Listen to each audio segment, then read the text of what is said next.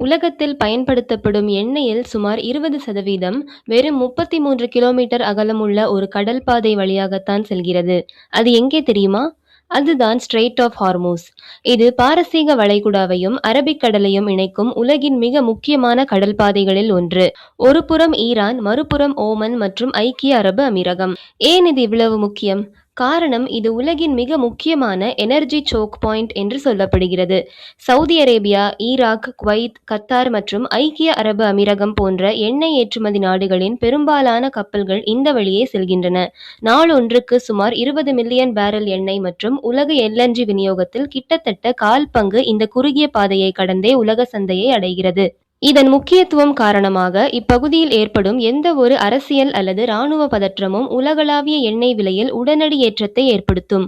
உலக பொருளாதாரத்தின் ஸ்திரத்தன்மைக்கு இந்த ஸ்ட்ரெய்ட் ஆஃப் ஹார்மூஸ் ஒரு மாபெரும் பாதுகாப்பு சவாலாகவும் உள்ளது.